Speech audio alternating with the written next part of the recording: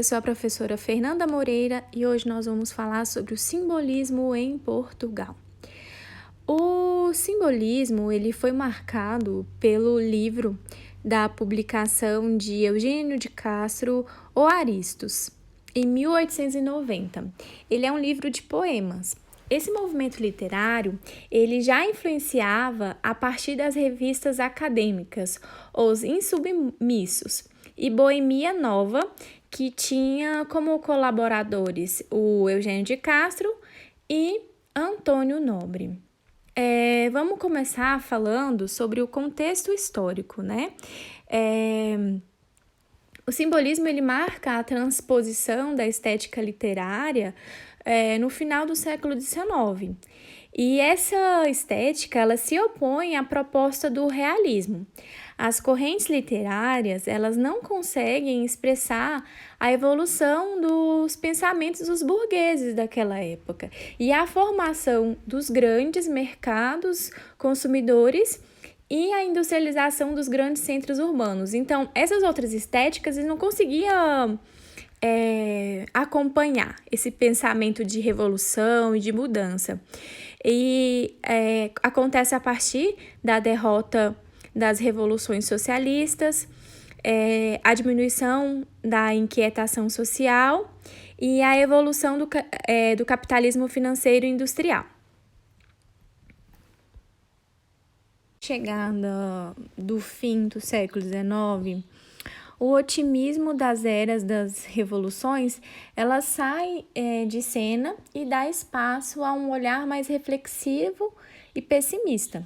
O abandono do cientificismo e do positivismo, ele levam os simbolistas a buscarem a fé, manifestando um misticismo indefinido, né?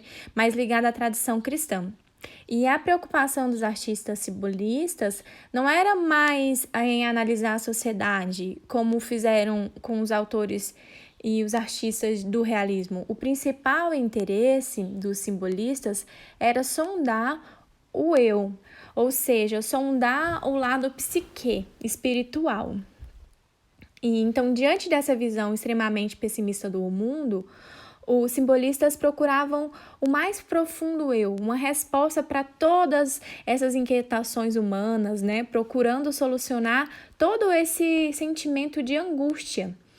E o simbolismo em Portugal, ele acontece entre 1890, com a obra de Eugênio de Castro, né, a 1910, a proclamação da República, né? Coincide com a proclamação da República Portuguesa e o lançamento de diversas revistas de cunho nacionalista. Embora o simbolismo português oficialmente termine no ano de 1910, os críticos eles consideram que o modernismo só acontece lá em Portugal,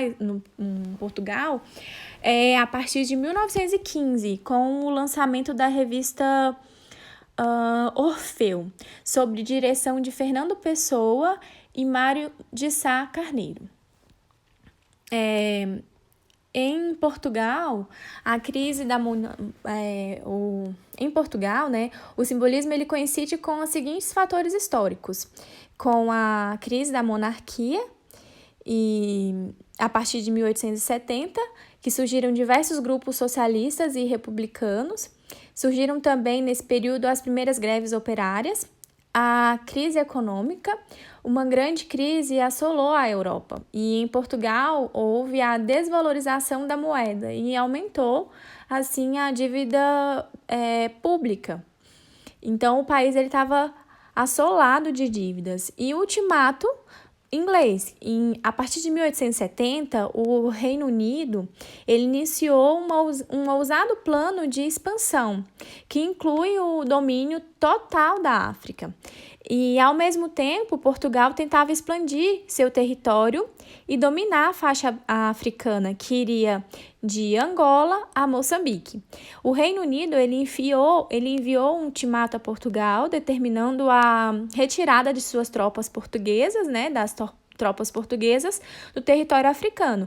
E o governo português ele cedeu às pressões e abandonou os territórios. E uma vez que estavam inseridas em um período histórico conturbado, a produção simbolista portuguesa oscilava entre o esteticismo e o nacionalismo. As principais características do simbolismo são elementos místicos, que usam a subjetividade, musicalidade, presença de figuras de linguagem, como a sinestesia, e todas essas características do simbolismo, elas se referem à linguagem e ao estilo de escrita feita pelos escritores simbolistas. E mesmo que a maioria das características do simbolismo elas estão relacionadas às obras literárias, o estilo do movimento também se desenvolveu nas artes plásticas e no teatro, né?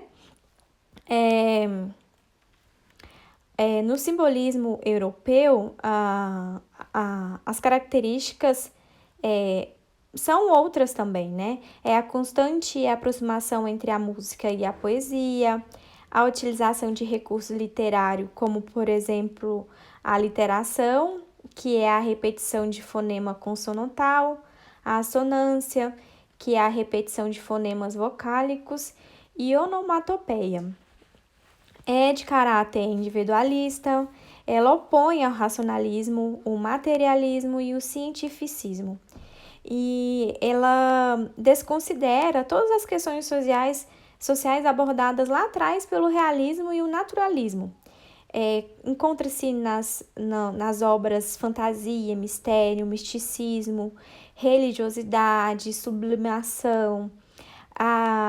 Tem muita valorização da espiritualidade humana, distancia das questões sociais, geralmente abordadas também pelo realismo e também pelo naturalismo, valoriza o inconsciente e o consciente humano, rompe as barreiras impostas pela racionalidade. É um universo onírico e transcendental. E tem total negação, né, dos valores preconizados pelo naturalismo e também pelo realismo. As obras, né, elas são produzidas a partir da intuição, descarta a lógica e a razão. A linguagem ela é fluida e musical. A criação de obras de arte, elas valorizam a intuição, né? E mais uma vez descarta a racionalidade e a lógica. Vou falar sobre Eugênio de Castro, porque foi com sua obra publicada em 1890 que foi considerado, né, o marco inicial do simbolismo em Portugal. Eugênio de Castro, ele nasceu na cidade de Coimbra, né, em Portugal, em 4 de março de 1869, e ele faleceu na sua cidade natal, em 17 de agosto de 1944, aos 75 anos de idade. Característica de seu estilo literário. Ele faz utilização em seus poemas, né, de sinestesia, figura de linguagem, o uso de vocabulário marcado pela musicalidade, ele usa rimas raras e novas, ele utiliza a literação, figura de linguagem, e a figura de linguagem, na verdade, é muito usada não só por ele, né, mas por todos os poetas simbolistas. Suas principais obras são Ora Tristes, em 1888, O Aristos, em 1890, Horas, em 1891, Silva, em 1894, Salomé e outros poemas, em 1896, e Belks e Sagramor. Um sonho de Eugênio de Castro. Na messe que lourece, estremece a quermesse. O sol celestial girassol esmurece, e as cantilinas de serenos sons amenos fogem fluídas, fluindo a fina flor dos fenos.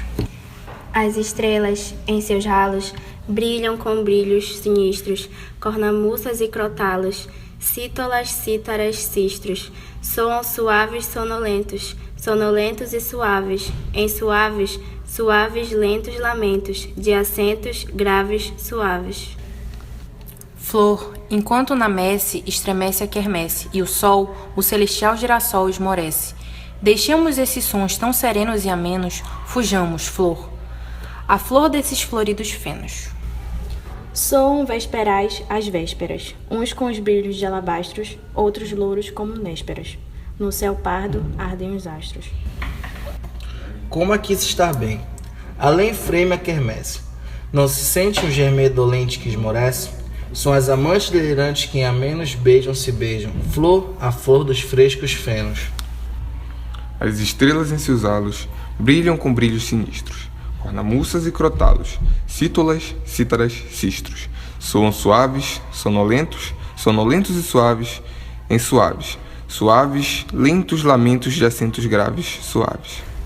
Esmaece na messe, o rumor da quermesse, não ouve este aí, que esmaece e esmorece, ao noivo a quem fugiu, a flor dos olhos amenos, e chora a sua morta, absurdo, a flor dos fenos.